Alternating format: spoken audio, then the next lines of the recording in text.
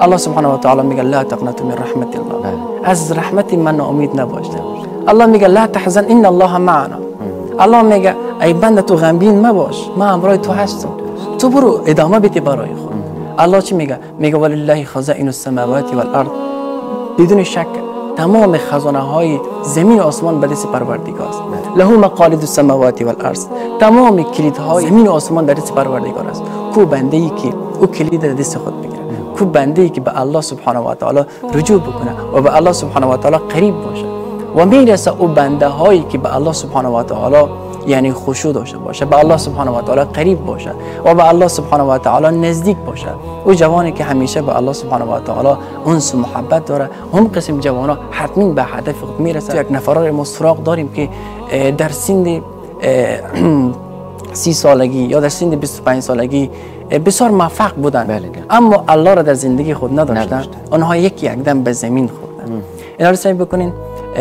اگر در اعداد شماره از 1 تا 100 میگیم، اگر ما بهترین خانه را داریم و پیش الله صفر هستیم، اگر ما بهترین موتور را داریم، موتور 0 کیلومتر هم که داریم و پیش الله صفر هستیم، زمان این صفرهای ما شما یعنی قیمتش بالا میره که یکی در زندگی خود داشته باشیم که الله است.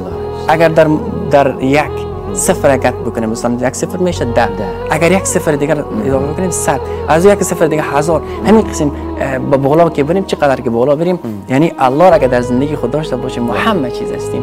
و اگر الله را در زندگی خود نداشته باشیم، یعنی واقعا ما یک روزی میرسه که در زمین میخوریم و زندگی برای ما خسته کن میشه و با اهداف خود جنگیده نمیکنه.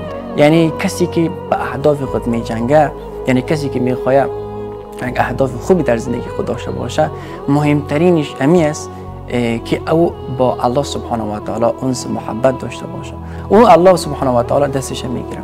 و اگر جوانی که در نیمه های شب بخیزه به الله دعا بکنه که خدایا پروردگارا مشکلات دارم، غمی دارم، خدایا من میخوام در یکی از مکاتب ها اول نمره شوم، خدایا من میخوام در پوهنتون موفق شوم، یعنی اول نمره شوم، یعنی در جامعه افتخار شوم، الله سبحانه و تعالی بدون شک که به آنها کمک میکنه، چرا که الله سبحانه و تعالی وعده داده.